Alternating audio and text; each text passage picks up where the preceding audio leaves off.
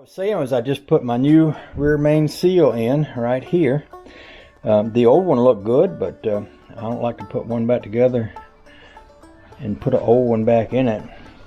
Next thing I'm going to do is clean all this up, and I'll probably slide my cam into place. Even though I don't have my timing gear, I can still slide a cam into place.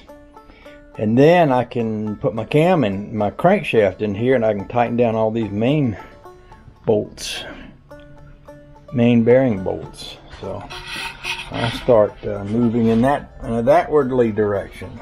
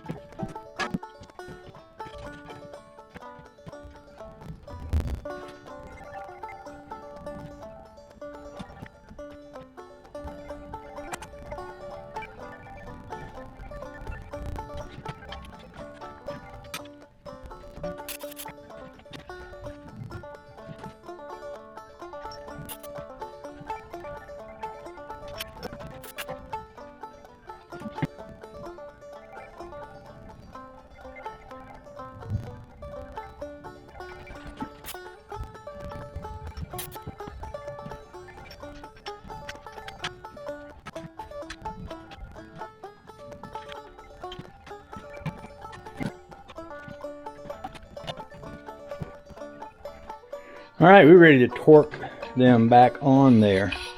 So I'm going to let y'all sit over here on top of my dad's old motor's manual here. And we'll just get that little task taken care of right quick. And then